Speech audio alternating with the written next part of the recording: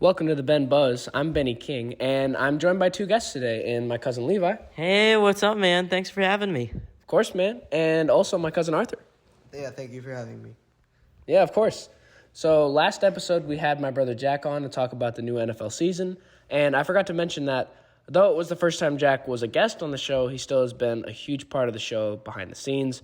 He's the one coming up with those incredible thumbnails, as well as the channel logo and the brand new video screen. So today we'll be diving deep into challenges in Christianity, as well as being currently at a family church camp, and how that has really reasserted our perspectives when it comes to faith. Are you excited for this, Levi? Oh, heck yeah. All right. Arthur, are you as well? Right, yeah. All right, I would agree. All right, so as I just mentioned, we are currently at a family camp, and so there's been a lot of certainly religious themes behind a lot of the things that have been going on, but I think they really balance it with fun times. How have they done that for you at this family camp, Levi? Oh, absolutely. I mean, there's been like a lot of skiing, fishing. It's just a good time. So we'll do chapel in the mornings, and then they'll give us 6 hours in between or so. Mm-hmm. And it's it's awesome just to hang out with people, really get to know them. Yeah, We've had a lot of good talks here. Right. Oh, 100%. And right. And I really like how they not only we have chapel, and then later we have campfire, which there's a lot of Christian themes in there, but as you said, with skiing, but then also tubing, and then all of the games, we just had a group wiffle ball thing. They're really trying to bring everyone together, and it's a lot of bonding, but it's also a lot of Christianity undertones, and it's everyone's very adamant and very prepared as well. There's been so many songs that and different hand motions where just everyone knows all the words and all the movements, and I haven't been around this group before, and it's really been interesting to see. Have you been around this group much, Levi? Kind of been on and off for what? Mm-hmm. 6 years, 7? Mm-hmm. Yeah. Because sometimes I'll go. This year, my family didn't go. Actually, I went with my uncle, but it's just a good time. I did as well. Yeah, right? But, yeah, I just love it down here. Just get to know people, talk about Jesus. Right. Have a good time. Exactly. Yeah. Yep. And Arthur, I know that you come here often, as your parents are very integrated in family camp as well, with your grandpa being, one of the primary members of this family camp. How has this experience been for you over the course of these years? And how has not only the fun aspect, but how has the religious aspect really affected you, and how has it affected your time here? Right, yeah. Yeah, so I've been going here since I was very little. It's a great place, I always get to hang out with my cousins, very fun. It definitely feels a lot closer to God than I am at home. It's a really nice place. Yeah, I agree. And although I've been pretty religious with my family and going to church and that type of stuff, but I haven't actually came to family camp until this year, and it's been really a great experience. And to be with guys like Arthur, who's been here just about every year, and then with Levi, who's been going for 6 or 7 years, where it's very cool to see all these people with all their different experiences. And when I was going into this, I was talking to a lot of family members, a lot of older folk talking about, a lot of great memories there. Oh, yeah, I always think about family camp. Always, everyone really looks forward to it. And I think I'm really seeing why now that I'm actually here. Would you agree, Levi? Oh, absolutely. Another thing I would really like to add is just because there's so many, younger kids here. Right. They really kind of dumb it down for you. Right. So, it's really, things like the fruit of the Spirit. Right. Really, I'm understanding it a lot better. Right. They're not explaining it as so complicated, you know? Yeah, I agree. Yeah, it's awesome. Right. And I like that they're for worship they're having all the kids do it as well. Mm-hmm. So that's been really it's been really cool to see. And a big part is all the songs. You had touched on it where they kind of dumb it down of this Fruit of the Spirit song, but yeah. But every time when we go in for mealtime, everyone gets in a circle usually, or at least try to, and they sing usually a song. There's been a couple where it's the Flintstones one. Do you remember that one, Levi? Flintstones, yep, the Superman theme. And what's the other? Johnny Appleseed, right? Oh, yeah, that's a big one. But, yeah, it's been really interesting, and I really like the way, how everyone is so bought in to camp, and I think that's a big thing as well, and just all the events, and just everyone seems to have so much fun. And just last night, me and Arthur participated in a euchre tournament. How was that experience for you last night, Arthur? I was a little bit tired, but it was a great. It was a great experience. I really liked it. I've always been a big fan of euchre, and I got to meet a lot of new people here. It's mostly my close family. I think furthest away from me is like second cousins. So it's just a nice place to like get to know my second cousins better and Right. you know, friends that they bring and whatnot. Right. And that's a big part for me, too, is that the only people that I knew coming into this were my first cousins, where it's like, you know, Levi and, you know, all the people with, you know, your parents, and then Arthur, like your whole family. And I think it's really interesting to meet all of these people that even though, like, I'd kind of known, like, I knew who your grandpa was or, like, you know, those types of things, but, like, really meeting these people and kind of connecting the dots to seeing like, oh, they're related to that, so that's my aunt's, blah, blah, blah. It's kind of like that Spaceballs thing. Yes. It's like my brother's cousin's nephew's former roommate, where it really is kind of funny because pretty much everyone here, you can connect the dots and eventually it'll be like, so that's where it all connects. And that's been really interesting. And I think it's just been such a great time here. And I'm really excited for the time that we still have here. And I think, you know, we're a few days in. I mean, we're almost done actually, which is unfortunate. But like now that like I'm really like bought in, and now like several days have passed, I'm like really trying to cherish these last couple of days because all of a sudden they've gone by fast, and like all of a sudden we only have a few days. So it's pretty unfortunate, yeah, because I've been having such a good time here. Would you say, is this one of your favorite years at camp so far? Definitely, because I just got saved a couple weeks ago, so it's just nice to actually enjoy being in chapel and whatnot. And I'll get to give my testimony tonight, actually, and probably share it on this podcast. Right, yeah, we'll get more on that later. And Levi, would you say that has had the same effect on you, where you feel like you've really gotten closer to a lot of these family members that maybe you don't see all the time, or maybe this might be the only time you see a lot of them? Yeah, it's awesome. I mean, like seeing you. I mean, Right. you live all the way in Indiana, which I know. does- Sometimes. not that far, really, but I'm sometimes in India. yeah, sometimes in Indiana. But it's nice to see you and Arthur, and just especially with Arthur finding Christ. It's like really Right. having those talks. It's Right. just it's an awesome experience. Right, I agree. And I'm glad that we're really, I mean, I've met so many people here. And there were only a few people that, like, you know, when you're, like, your second cousins or, like, that's your, like, there were only a couple people that I knew. And I think, like, when I was at, like, graduation parties or, like, big things like that, and I think a lot of people were there, but I didn't even realize because I didn't get to know them, or, like, I didn't know of them hardly. I only stuck with the people that I knew, which is mainly guys like you, right? Yeah. And so it's really great to come here because they really have a lot of bonding things, too, where just last night in Euchre, you had, they didn't just straight up do a doubles tournament. It was a system where you switch tables and you switch partners every game, so that make sure that you interacted and you played with as many different people. And I think I really got to know a lot more people that way, because I feel like I'd only had a select few that I actually hung out with since I got here, where you guys certainly included, but there were a lot of people where I was just learning their names last night, and we're pretty far into it because even though there's so many people here, I ended up sticking in like my own little area, and it's really nice to get out there. Would you agree, Arthur? Yeah, I definitely liked it a lot. I got to play with Ben a little bit.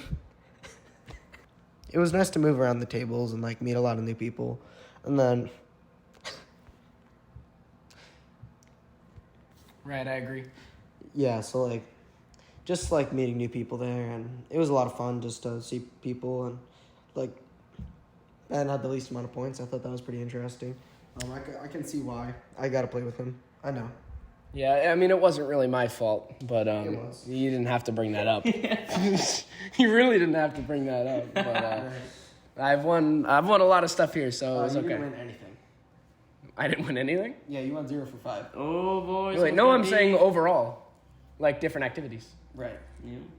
Right. Like, for instance, Gaga Ball. I've won a lot of matches in that. Quite a few. Quite a few. Quite. Yeah. You've won quite a few as well.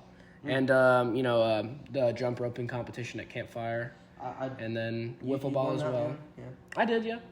That was awesome. Yeah. Wiffle ball, I thought it was very interesting. Yeah. I think that one really, euchre, that really hurt me because I've played so much euchre with my dad and my siblings, and it was really just not a great night. It was just the luck of the cards that was just not great. But then the next morning, I got like so many awards for it. Where like I got one for like who moved the least. I got that one. Least amount of points, because it is kind of impressive to only have 19 points after 5 games. I'd say the opposite. No, I'd say like it's like so ridiculous. Right. Right. Like it's not like that shouldn't happen, right? So I don't know why you're acting like that's just normal, because obviously I always do great, obviously. Right. I mean, Right. I disagree strongly. You disagree strongly, You right? had like the left-right bower, and you still got only 2 points. That was ridiculous.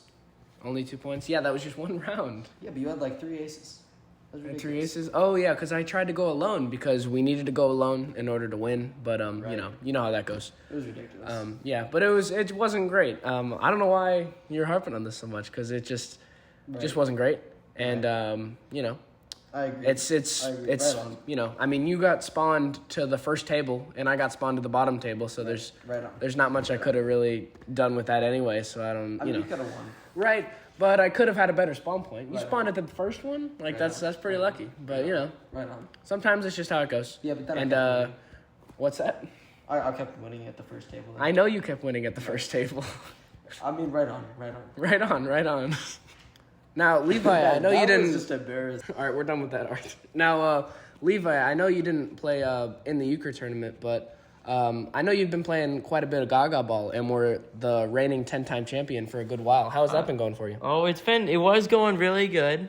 I'll admit I've lost to Ben a few times and Logan. And actually, Ella's been doing pretty good Ella, recently. too. And, She's been Rachel. killing it. Yeah. Yeah, Ella and Rachel. Very small. Yeah, Those small kids end up being really good at it, because the whole point, if you don't know at home at Gaga Ball, where it's in like a sand pit, and it's like a pentagon type thing. Not on the podcast. I did. Right. But basically you play with like a soccer ball or volleyball, and you got to hit them below the knee, or sometimes it is the knee. It's kind of been changing where people, when they want to stay in, decide what the rule is. But it's really hard to get people like Ella, like your sister, Arthur, where it's like, not only do people like crouch and like turtle, so it's really hard to hit them, where the main thing that you can really do is bounce it off the wall, because below the knee for them, it's too small of a target. What are you going to do? You're like 11 years old now. Yeah, You right. gotta Pick something. Right. And I mean, it's not like we're not having a crazy advantage, because a lot of these kids are younger and not as... Right. Yeah, right. Right on. So it does level the playing field, and it does make it more interesting if it's not just me or you or Levi or Logan, you know, that type of thing. But then, you know, and Ella's done really great for herself in that game. There's been a lot of times in the final two where, you know, it's me and her, and she's done a great job, I think. Quite, exactly. Yeah, and I think Gaga Ball has been one of the best events that hasn't been like straight up like a thing by the camp, where it's been just every second we get, we're at the Gaga Ball pit. Right. We also had the volleyball tournament, which me and Arthur were on the same team and ended up winning it all, actually. And we ended up getting coupons out of it, which at this camp they have coupons where it's $1.50 each, so you can get a soda with it. How was that volleyball tournament for you? Oh my gosh, it was so fun. I love volleyball. Yeah, it was great. It was a great tournament, and there was a couple times where we were losing and they were at game point, but we ended up coming back. I remember distinctly in that first game when we had someone set, and then like you hit it over your head, and then I hit it over my head, and then we ended up winning that one. And then the second game, like me, you, Ella, you know, there was just Ella's been doing actually pretty good in the games quietly, and quite, yeah. And I mean, it was really fun. And what did you think about that, Levi? Did you play any volleyball? I did the first... No, I didn't, did I? I don't think so. Did you play any volleyball at all? The first night we did. Yeah, just a little bit. And that was really fun. We were getting absolutely destroyed. I'll be honest, because Christians are supposed to be. And I can't lie, sadly. Right.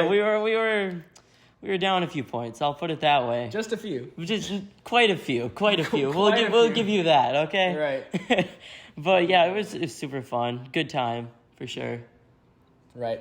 I think a part that gets overshadowed about this camp is all the fun stuff where we talk about tubing, skiing, and all of these fun games. But chapel's been a really interesting part. And hearing not just like a pastor that you don't know, or like, you know, some random person that's like preaching, or like just straight, you know, reading the Bible, or like whatever it is, but seeing people that you know give like testimonies and give speeches. Like we just saw your mom give one. We saw like a lot of other people. We'll see you give one tonight, where I think that's really powerful, where you really believe what people are saying because you know those people, because those people have affected your lives. Would you agree, Arthur? Yeah. Right. Would you agree, Levi? Oh, absolutely. I mean, Chris's story Right. It was really good. I know. And I really just enjoy listening to that. Mm-hmm. It was she actually got baptized today. Right. Yeah. Right that was great. well for the second time technically. But and this as an adult actually. I don't know how old she is. I'm not sure. Probably not supposed to ask that. Right. But yeah, it was really cool because she's actually trying to become a member at the Baptist church, and it was really cool to see.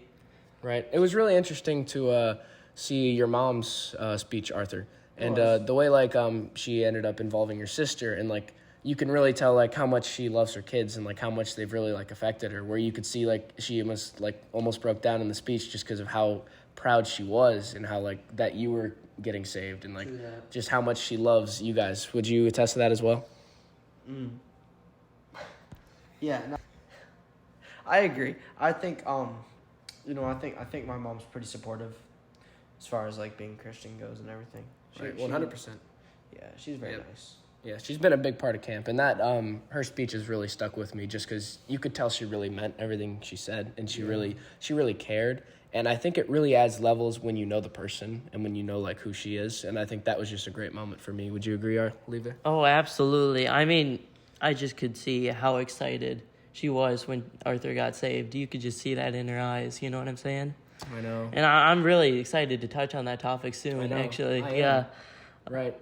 And as we're talking about this aspect of Erica's speech, talking about Arthur and all that really came together in camp, but like so many people where it's all of our personal stories, but so many people have had those where she's talking about your story, but that she probably has one too. Like everyone has like that moment or like that really solidifies themselves as a Christian where they remember and like, oh yeah, that's when I came around. Oh yeah, that's when I got saved. How was that moment for you guys, and what did that entail for you, Levi? Oh man, I got saved quite a while ago, but it was awesome. To say it in as little words as possible. Right. Well, I grew up in a Christian home, right? My parents are very strong believers, but I always had my doubts. I'm like, is he really real? Right. And then after a while, my dad like really convinced me he's real. But then I'm like, okay, but if he's real, how do I know he cares for me? Right. And I asked like, could you answer at this Christian convention, which is called Districts, and the guy actually is like this really, really cool preacher. If you want to look him up later, his name is Dan Leanne. I even remember his name. He was talking about the 99 sheep and the one who went astray. Oh, wow. And he went all that way to find that one lost sheep. And I was just like, wow, like how hard is God working just to find me? You know what I mean? And working for me. Wow, that's a good metaphor. And it was awesome. It was just, and that really, I'm at a loss for words, but yeah. It was. Wow. Yeah, that's really touching. And Arthur, that's been a big part of what we were talking about earlier about you getting saved, and hopefully, I'm really looking forward to your testimony later tonight. How was that moment? How was that being saved? How was that for you, Arthur? It just felt like such a burden off my shoulders. I don't know. I don't even know how to describe it. It just felt so joyful. I feel like usually I don't really forgive a lot of people. Like I'm pretty slow to forgive, but like I was always just kind of mad for no reason at people, but it just felt like happy for no reason, which in my opinion is a big change. Right. And I had heard you got baptized. How was that for you? I did not get baptized. You did not? No. Do you plan on it? Yeah. All right. I thought I heard that you did. Oh. That was someone else. Somebody lied. Somebody lied. Right. That's not very Christian. Back to what you said. Well, what did you say, Arthur? It was at camp, right? That you got saved? You mentioned that? Mm-hmm. What camp was that? Camp Fairwood. Camp Fairwood, okay. And, like, how was that, like, coming? Like, what made you, like, really decide that this is the way?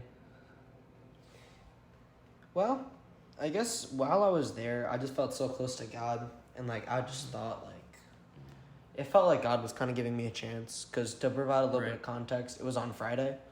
And I was just, like, in the chapel. And they were talking about, like, if you could just go to a counselor if you want to get saved tonight, absolutely. And I just went and I was just like, I don't really want to go back to the life that I've been living, you know? Right. Like, I want to live a little differently. Right. So it just felt like I felt so much more just really happy, I guess. I can't even describe it.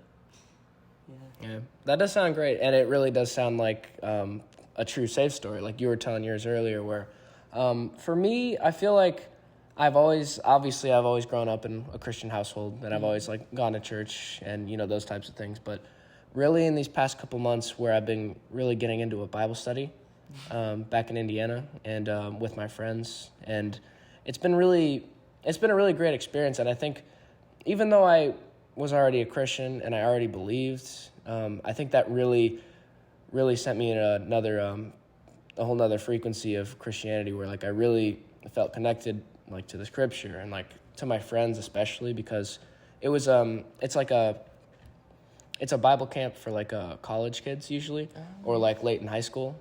And so there's a pastor with it, but it's mainly like we just like share like our experiences, and I feel like that really helps when you have people that like can relate. And like that was a really big thing for me, because my friends, like my whole friend group has been like going to it, and they had got me to go to it.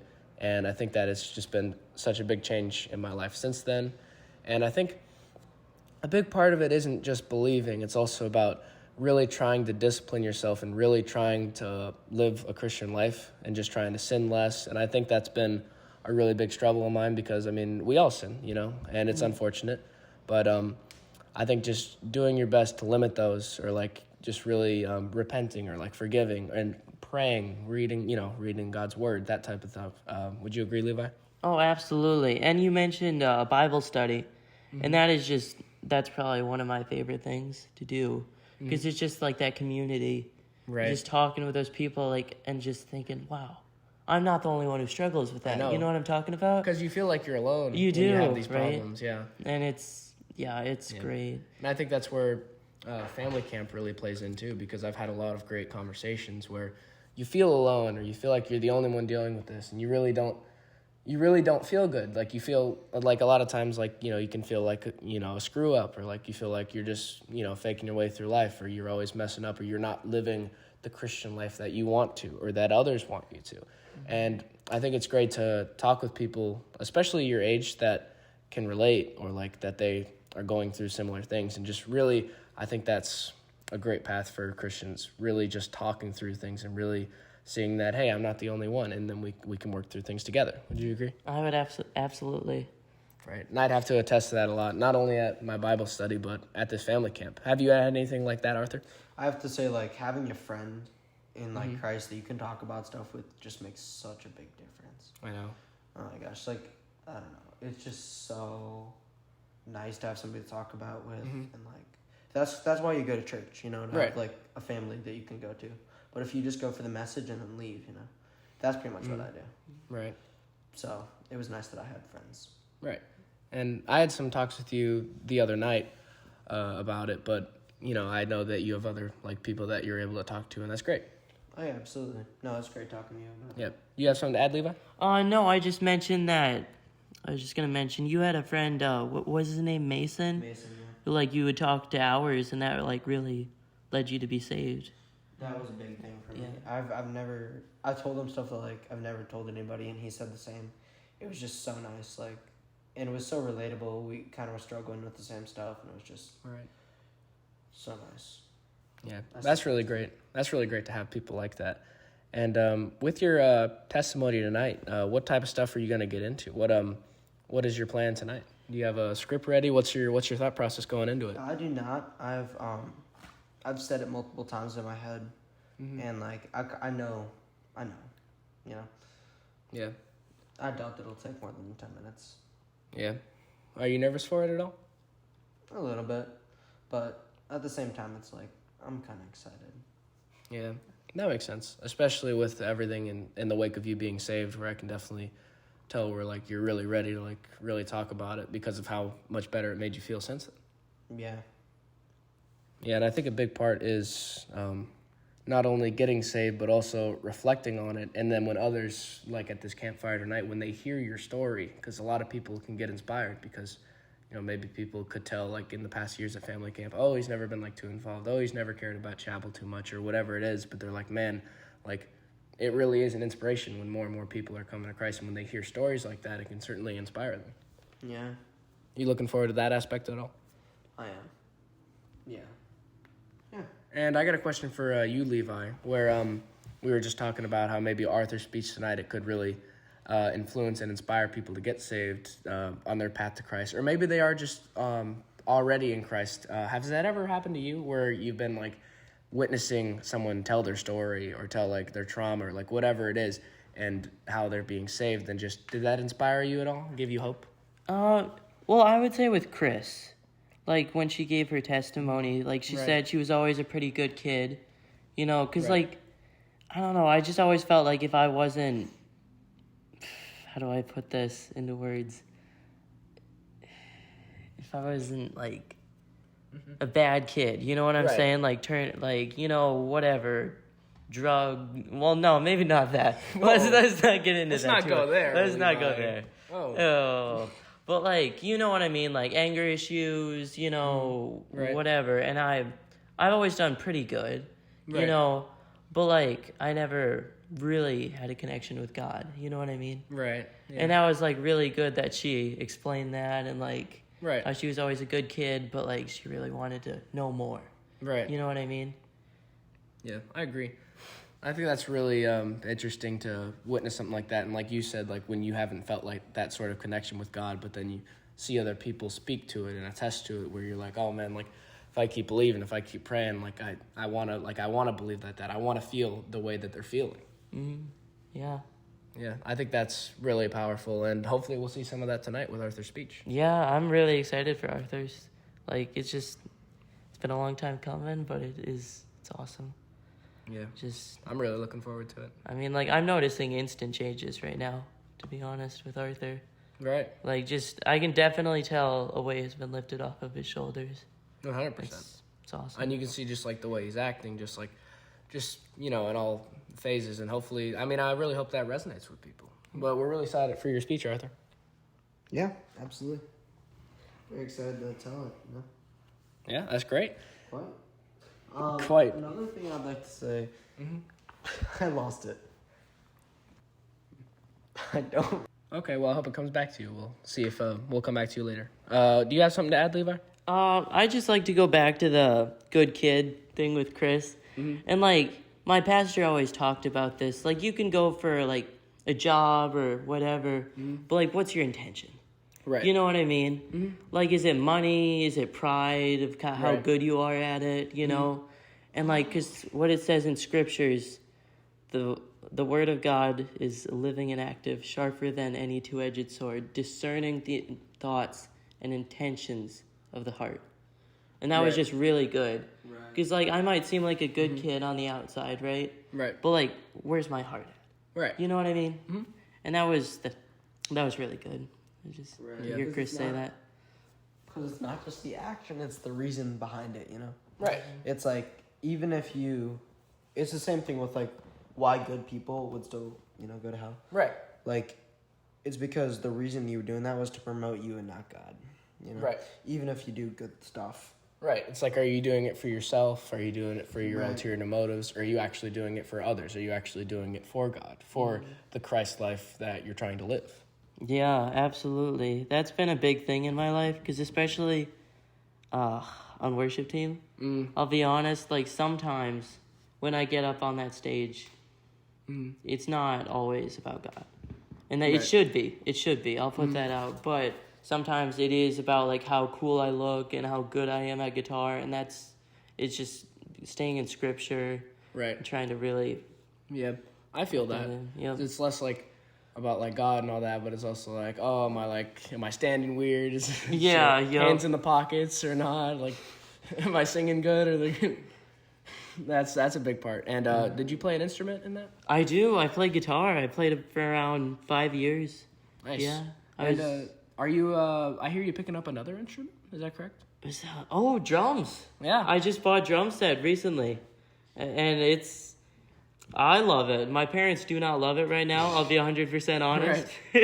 But it's Well, a it's a big purchase. Yeah. I know. It was a good deal though. I got it off of a friend at a garage sale. Nice. So yeah. Well, I really look forward to hearing you play on that drum set. That's going to be great. Yeah. And as we're talking about trying to, as we were just saying with the, are you doing things for yourself, or are you really trying to appease God, or, whatever it is. As Christians, it can feel hard to stay consistent with prayer.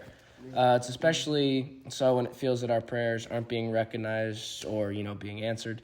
How do you guys navigate that? And although it's, very common, do you think it's a misconception that God doesn't answer the prayers? That's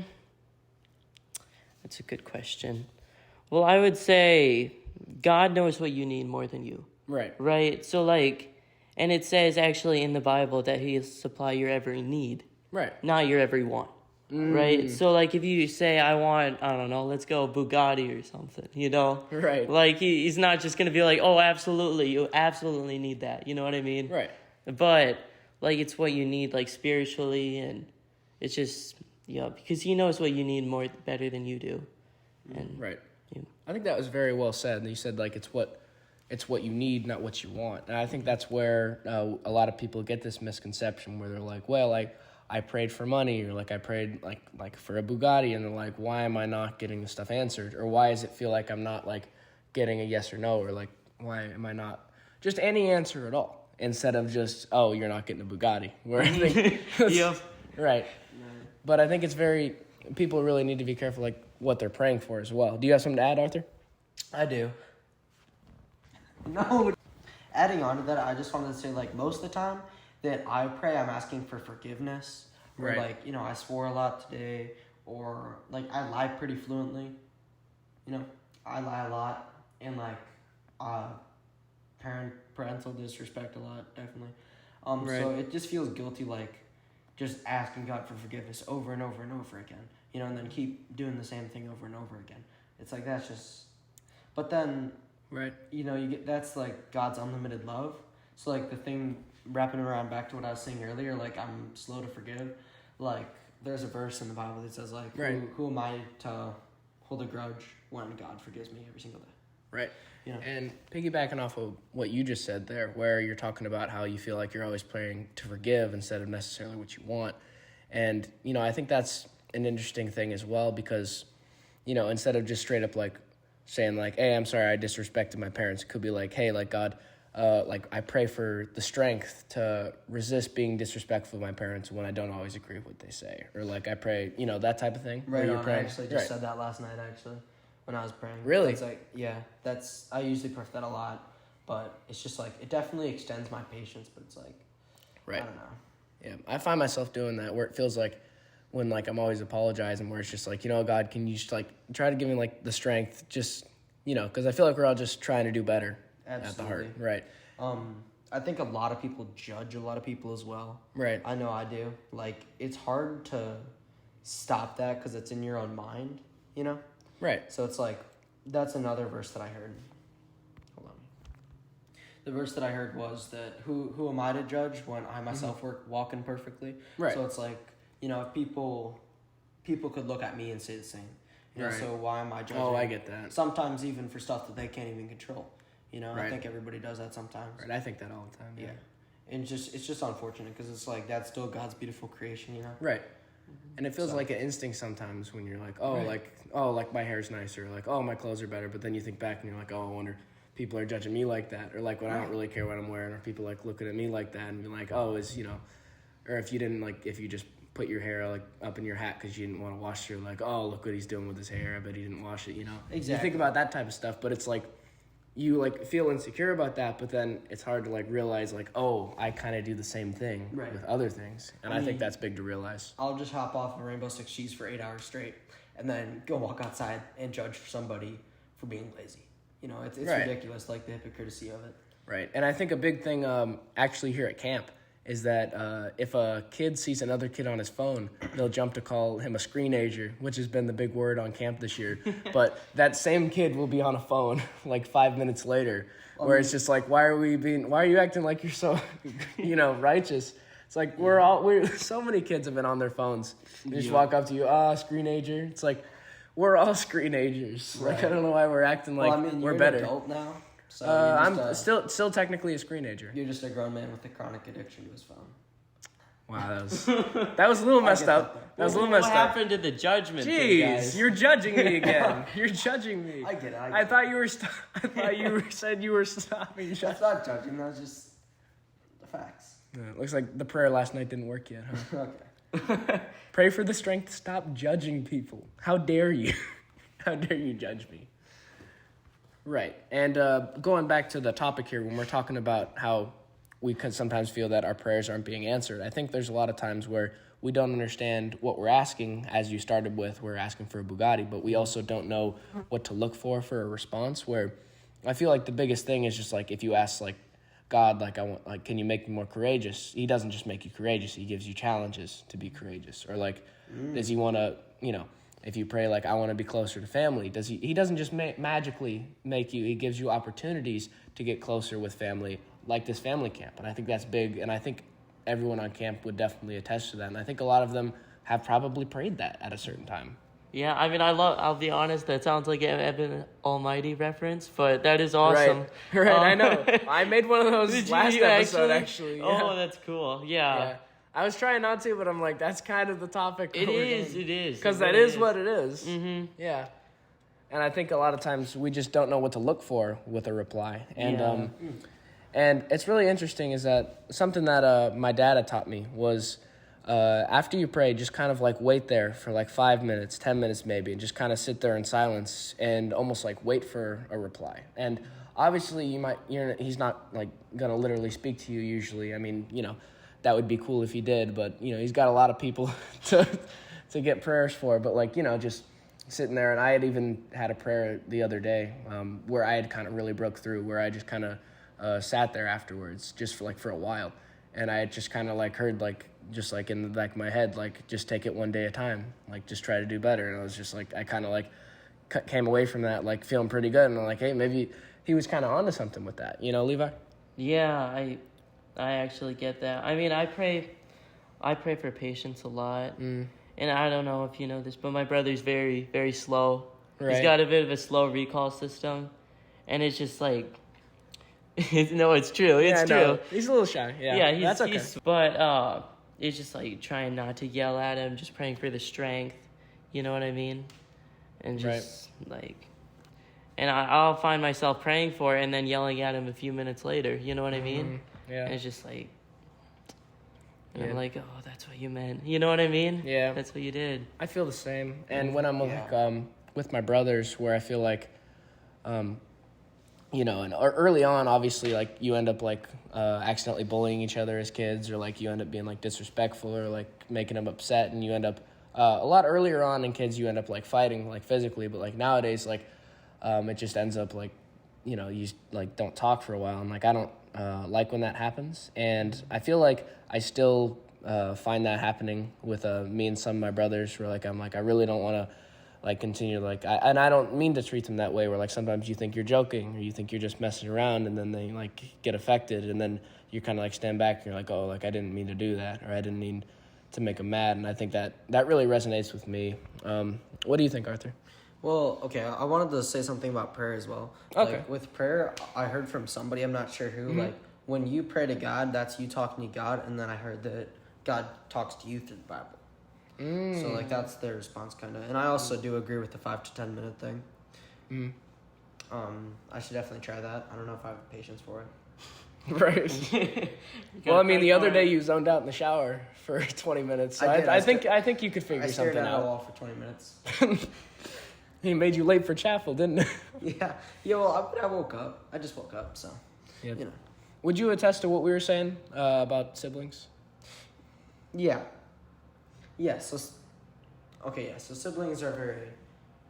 I think it's pretty easy to get annoyed with your siblings and, like, kind of lash out because you're so comfortable. Right. But I've definitely been way better at that, especially for these last couple of years because I've been older and stuff. But I think when I was very little... Right.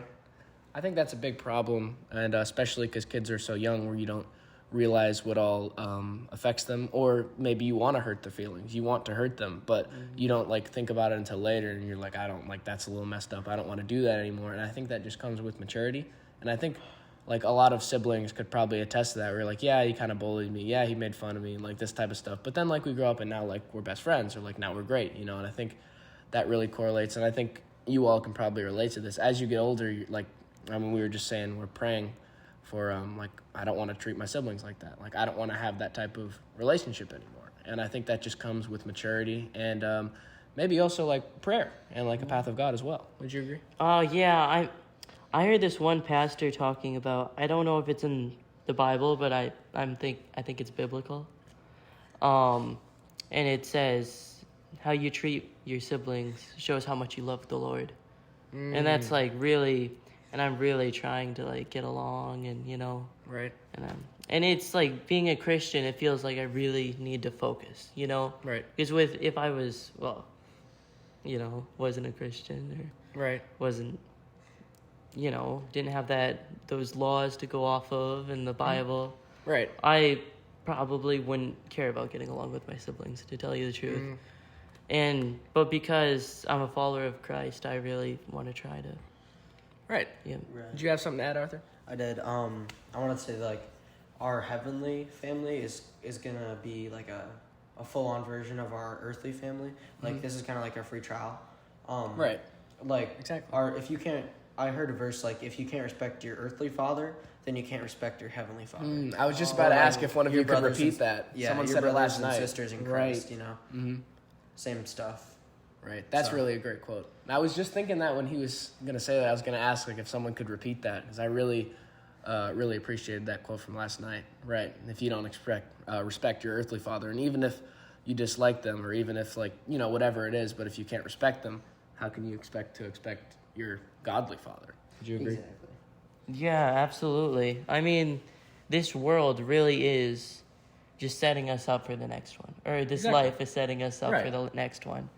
And, like, it's all a test, and I don't know, just like, yeah, again, what Arthur said, how you treat your heavenly father is, well, how you treat your father is how you should treat your heavenly father. Right. There you go. And it's, yeah. I want to go on a jet ski. I also want to go on a jet ski. Yeah. Because we're at family camp here, and we're just cooped up inside recording this, but I mean, I know, I can Right. see him right out of the window, too. I know. Man, jet skis. Yeah. Very excited to get on one of those. Mm-hmm. Yep.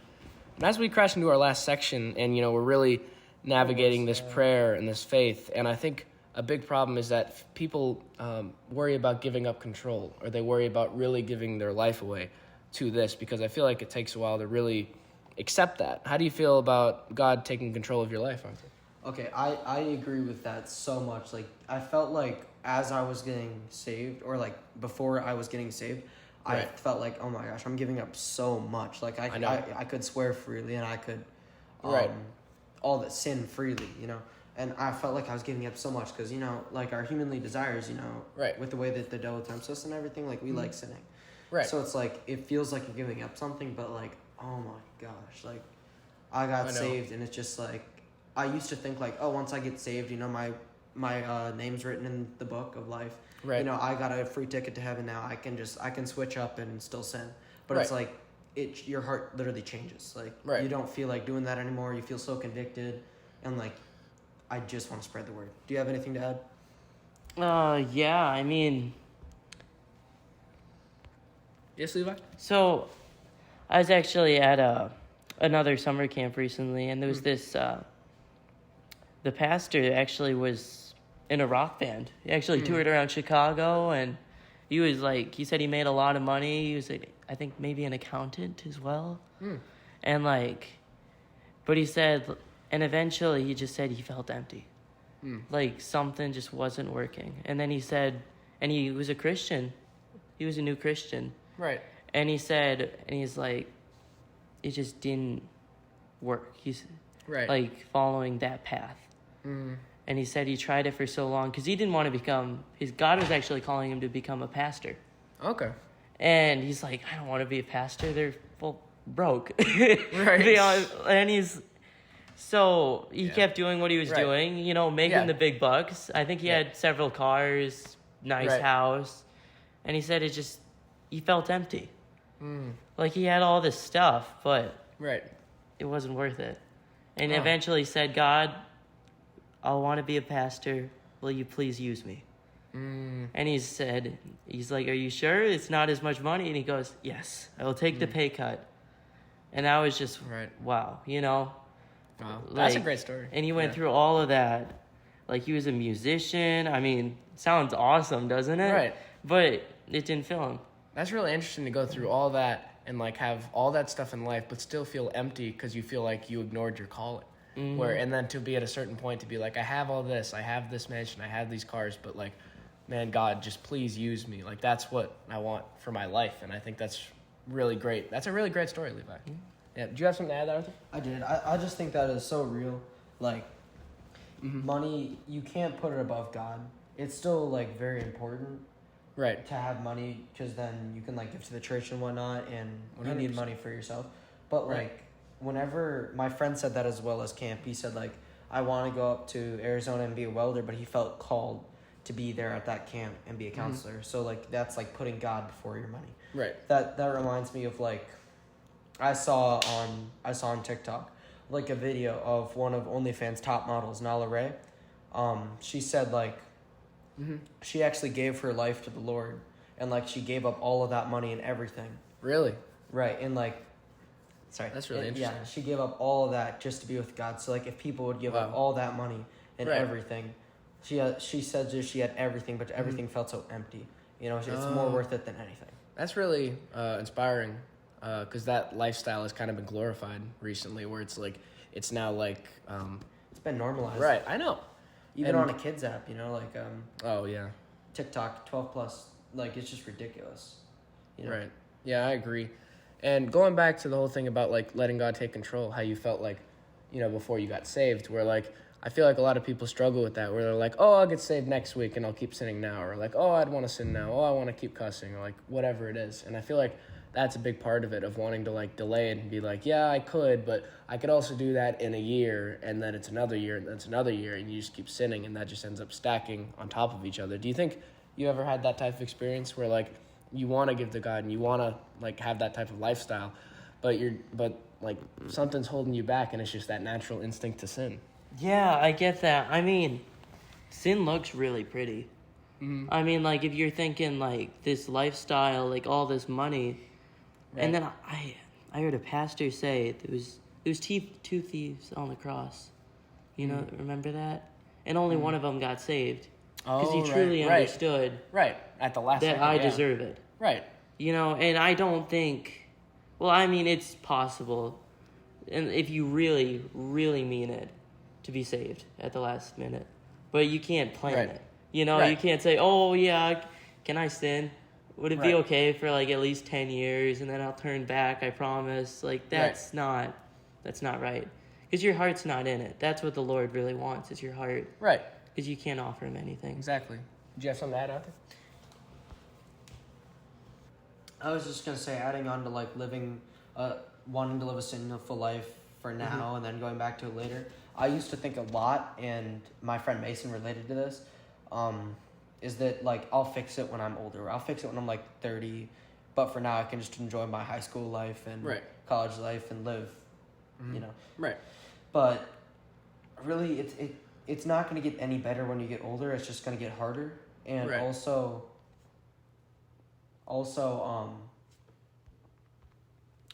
wanted to say, like, sinful life isn't better than living with God. Like, you would think, like, oh, I'll change it when I'm that age, but I can enjoy life now. You'll Right. enjoy life way more with God than you would without. Right. You know, like starting from a young age, even like if you're in your high school years or college years or whatever it is, just got married, whatever it is, and like you think like, oh, I can enjoy this time that I have now, you know, Right. live how everybody else is living, Right. and then I'll fix it. It's better if you would fix it now, Right. not make those mistakes, and then go with that. Right. So, Yeah, you I said agree. You had something to say? Yeah. Right, yeah, I think that's a big problem with this generation and probably past generations as well, where like if you're like really lonely and then you end up like praying for someone and then like you end up getting like a significant other, a relationship, but then you continue to lust over others. It's almost like God, like it's almost like a teaching moment and like really trying to straighten you out, because it's like you don't deserve to have that type of relationship if you can't fully commit or if you continue to sin. And of course, one of the big sins being lust, where it's like if you continue to do that, that's really not a great lifestyle. And it's like, well, then why do you deserve that type of relationship? Where I think that really reflects in like rap music, where it kind of feels like it's like almost like supporting it or like upholding it, and like obviously it's not great, but it's kind of like the culture that we built up. And that's why I feel like if you know an artist, Kendrick Lamar, where I feel like he's been very inspirational in speaking out against that type of stuff. Where on an album, Mr. Morale and the Big Steppers, where he really came out about his lust addiction and about going to therapy and about getting over his sins and really positioning himself to care for his wife and his family and his children. And I think that's really great, to really reposition yourself, take a step back and really put your priorities first and not just focus on sinning, and really just trying to prioritize family and really living the life that God wants you to, and not just because you want to sin or because you have that need and you feel like you want to sin but you really don't. And especially after you sin, you're like, why did I do that? Did you have something to add, Arthur? I did. So with lust, I wanted to say like it's one of the deadly sins, and it's very hard to get away from. Mm-hmm. But like everybody in their hearts has the desire to reproduce. So like lust itself, the idea of it in your head isn't a sin, because it's actually normal and you should, because your body wants to reproduce. It's when you have sex before marriage. That's a sin. Right. I agree. And I think that's a big problem, where a lot of people, they think like they have that lust addiction. They think like, oh, once I get a girlfriend, like it'll change. Or once I, fill in that need, it'll change. But then they're like, why isn't this working? Why am I still lusting? Why am I not being faithful? And I think that really just goes back to, you really need to work on yourself, and you really need to void out those types of sins before you get into that type of relationship, because then it's just going to end up being a very sinful situation where, you really aren't in a place to have a relationship if you're continuing to do that. Do you have something to add, Levi? I would just like to say, like what Arthur was saying, it's in your DNA to, want to reproduce. But, like, it's temptation, right? Exactly. Like Jesus was tempted. Temptation is not a sin. Right. It's when you entertain those thoughts and give into them. And that's the big part. And that's with all sin as a whole, where it's like we have that temptation. It's only if you act on it that it's like, oh, you messed up. Mm-hmm. Exactly. Right. Exactly. Right. And even committing it in your heart, though, you know what I mean, is bad. Right. Because even when I don't act on it, I still feel guilty, because I'm like, oh, I'm mad that like I felt that way, or that I felt about sinning, or that like I thought about committing that action. Arthur, do you have something to add? I did want to say this. I heard this at camp, the last camp that I was at. Mm-hmm. That lust is the only sin out of all the sins in the whole book. Lust is the only sin that you have to flee from, because if you stay and you try to fight lust, you're always gonna lose every single time. Right. But like lying, you can fight, but lust you have to flee from. Right. That's in the Bible. Right. Wanted to say that if anybody's struggling with that, Right. And I think that's really going to resonate with a lot of people, and I think it really is a huge issue, especially in this country, where it feels like crazy. It feels like we're really glorifying it. Have you seen the percentages as well? It's like 96% of dudes. It's ridiculous. Right. I mean, it's just normalized. I mean, it's really unfortunate, and I feel like it's just kind of the culture that we're living in, where it's like it's normalized, like it's okay, which is really not. And I feel like that's with a lot of sins that we've touched on, but it's just really unfortunate, where it's like we really need to get some like values back and really be like, this isn't okay, or like it's not okay really to think that way. And maybe not to think that way, but like to act on it and to act as if it's okay instead of being guilty, which I think a lot of like what we're doing here, we're not glorifying it, we're being guilty about it, and we're saying like, yeah, this sucks that this is happening. We're not saying right. And even though we're talking about it, we're not happy about it. We're like, man, this situation really sucks, and it's all about doing whatever you can to really get over those feelings and those temptations, and to not act on those temptations, I think, is the biggest part. All right, and I think this has been a really productive segment. What do you think, Levi? I absolutely agree. This has been great. I mean, a lot of these topics are really tough to touch on, but I'm glad we did. Right. I know. And Arthur, what were you saying about the topics being pretty touchy? Yeah, like especially with lust and all that stuff. It's very touchy. Right. Because nobody likes to talk about it. But the fact is, it's ingrained into all of our DNA. And Right. It's something you need to talk about. So. Right. And I think it really sucks because a lot of the people that are suffering from it tend to hide it because of the guilt. Because nobody likes to sin, but that, above all, it just feels so wrong, but it's so hard to work around. Yeah. Yep. This has been a very interesting episode. And I really appreciate you gentlemen joining the podcast, Levi.